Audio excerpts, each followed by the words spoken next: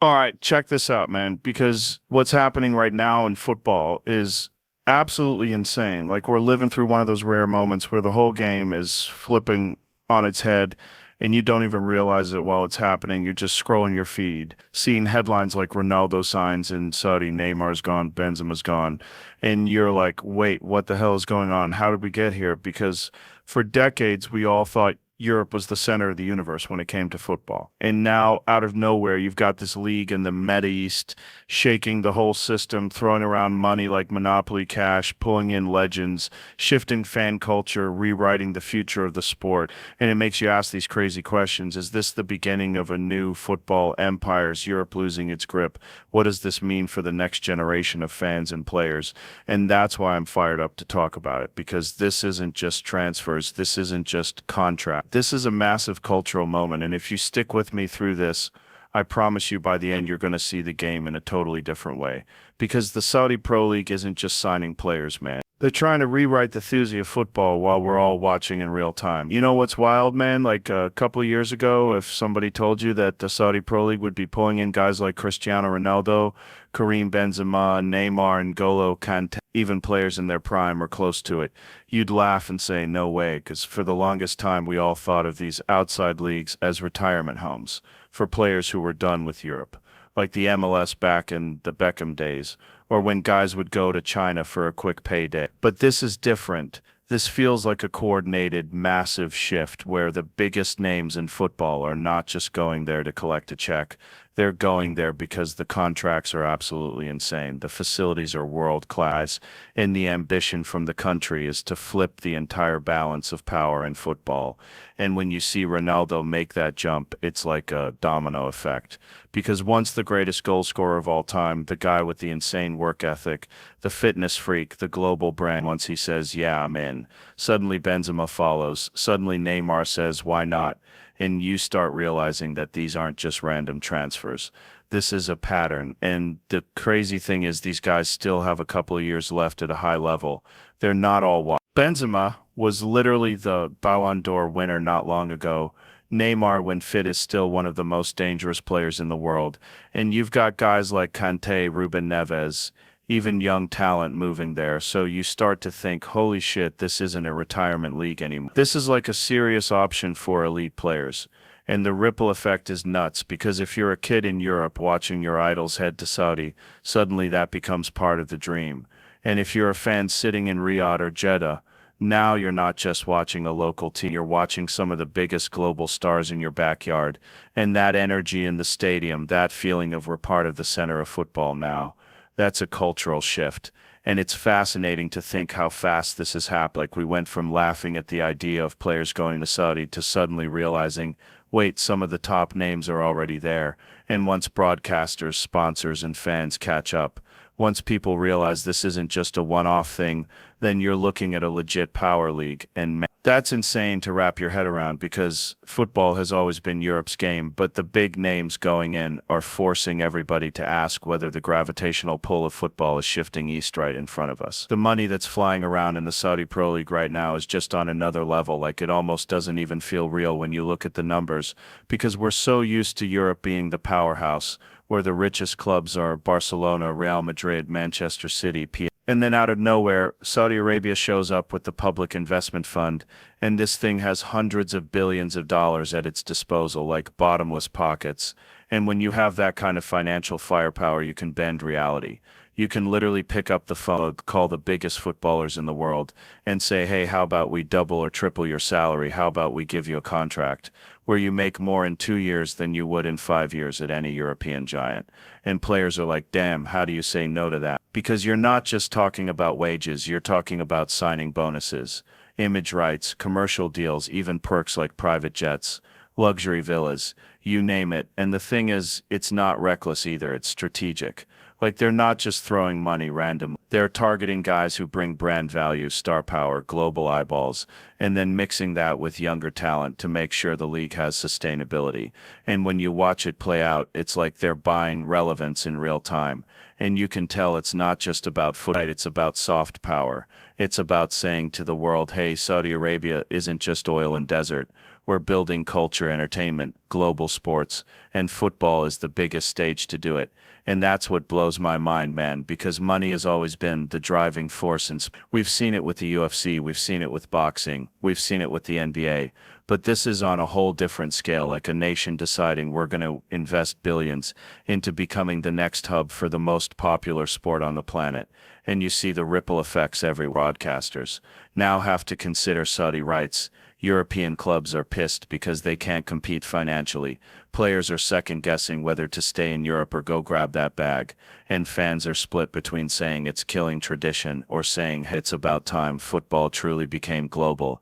And the craziest part is this is just the beginning. The money isn't slowing down. The infrastructure projects are huge. And if they keep pumping in billions, the balance of football power that's been with Europe for over a century could literally tilt in a decade. All of it is happening because of this unbelievable financial muscle that makes the whole sport look different when you realize how much influence money actually has. What's really trippy, man, is watching this global football shift happen right in front of it, because for like 100 years, Europe has been the unquestioned center of the game. Everything revolved around the Premier League, La Liga, Serie A, Champions League nights. That was the absolute pinnacle. And now all of a sudden you're seeing this gravitational pull starting to move, and it's not just a couple of guys cashing out at the end of their careers. It's legitimate stars deciding, yeah, I'm leaving Chelsea, I'm leaving Madrid, I'm leaving PSG, and I'm gonna Saudi. And when that becomes a normal conversation, it changes everything, because now young players in Brazil or Africa or Asia don't just dream about making it to England or Spain. They're looking at Saudi Arabia as an option, and that's crazy to wrap your head around, because we've always thought of Europe as the dream, like the Hollywood of football. And suddenly it's like there's a brand new Hollywood being built with unlimited money, state-of-the-art facilities, and this massive plan to make themselves the center of attention. And when you zoom out and look at the bigger picture, you realize it's not even about one league. It's about football finally becoming truly global, because for decades we pretended it was global, but in reality 90% of the spotlight was on Europe. And now you've got Saudi making power plays, the MLS growing slowly but surely, even Asian leagues pushing hard. And it forces fans and players to think differently, like if the talent spreads out across the world, and you've got Ronaldo in Riyadh, Messi in Miami, Mbappe still in Paris, suddenly there's no one monopoly, and that can actually be healthier for the sport, because now different regions start building their own stories, their own rivalries, and that expands the reach of football way beyond what Europe can control. But at the same time, there's this uncomfortable tension, because traditionalists are freaking out saying this dilutes kills the Champions League magic. But you can't stop it, man, because money talks and ambition drives everything, and the global football map is literally being redrawn right now. So when we talk about a shift, it's not theoretical, it's happening in real time. You're seeing it in transfer windows, you're seeing it in where sponsors are putting their dollars, and you're seeing it in how kids from completely different parts of the world are suddenly saying, yeah, I'd love to play in Jeddah or Miami or Doha. And that's why, because it means Europe might not always be the king of the hill. And the sport that billions of people love is starting to feel less like a European empire and more like a global free-for-all, where anybody with vision and deep enough pockets can reshape the game. It's fascinating to me watching how fans are reacting to this whole Saudi Pro League thing, because on one side you've got these local crowds who are absolutely losing their minds. Like, imagine being a kid in Riyadh who grew up watching Ronaldo or Neymar only through a TV screen, posters on the wall, YouTube highlight, and suddenly that guy is walking out of the tunnel in your hometown wearing your club's jersey. That's a life-changing cultural moment. So the stadium atmosphere is electric. Drums, chants, people crying, people screaming, like it's a religious experience. And you can't dismiss that, because football is all about passion and connection, and these fans finally feel like they're on the map. But then on the flip side, internationally it's really split, because some fans in Europe are pissed. They feel betrayed. How dare Benzema or Conte or Neves walk away from the Champions League? and go play in Saudi like it's sacrilege, and they call it a sellout move, just chasing the bag. But then you've got another group of fans who are like, hold on, football has been a business forever. Clubs in Europe are run like corporations. Players have always chased money, so why is it suddenly wrong when they do it in Saudi? And that debate has created this crazy cultural tension online where every big transfer sparks a war on Twitter and Instagram between people saying it's the end of football and others saying it's the start of a new era. And what's wild is how the culture inside Saudi is changing too, because now you've got kids dressing like their idols, new chants being written, more women and families showing up at games, the whole stadium vibe modernizing. And in a way, the league isn't just importing players, it's importing global football culture, and that's powerful. Because once fans get used to watching superstars live, their expectations rise. They want better broadcasts, better commentary, better merch, better experiences. So it forces the entire ecosystem to level up, and at the same time you can feel this sense of pride in the region. Like for decades, they've been treated as outsiders in the global football conversation, and suddenly they're hosts, they're center stage, and that cultural pride mixed with football passion is explosive. But of course not everyone's buying in. Some fans see it as artificial, like you can't just buy culture, it has to grow naturally over generations. But the thing is, when you're filling stadiums with 50,000 people screaming for Neymar or Ronaldo, culture starts growing instantly, because it's about shared memory. And when those happen in real time, you can't deny that something authentic is forming. And whether you love it or hate it, fan reaction is shaping the identity of the league faster than any marketing campaign ever could. When you think about the future and impact of the Saudi Pro League, it's kind of mind-blowing, because you realize this isn't just some quick fad or a one-off spending spree. This is a long-term play, like they're looking at football in decades, not just seasons. And when you've got that kind of vision backed by bottomless money, it changes the whole equation. Because right now it feels like the early stages of something massive. They're already lining up to host the 2030 World Cup. They're building infrastructure like crazy. New stadiums, new academies, broadcasting deals that are global in scale, and that's gonna ripple out in ways we can't even fully predict. Like imagine the impact on young players growing up in the Middle East, kids who previously had to dream about somehow making it to Europe.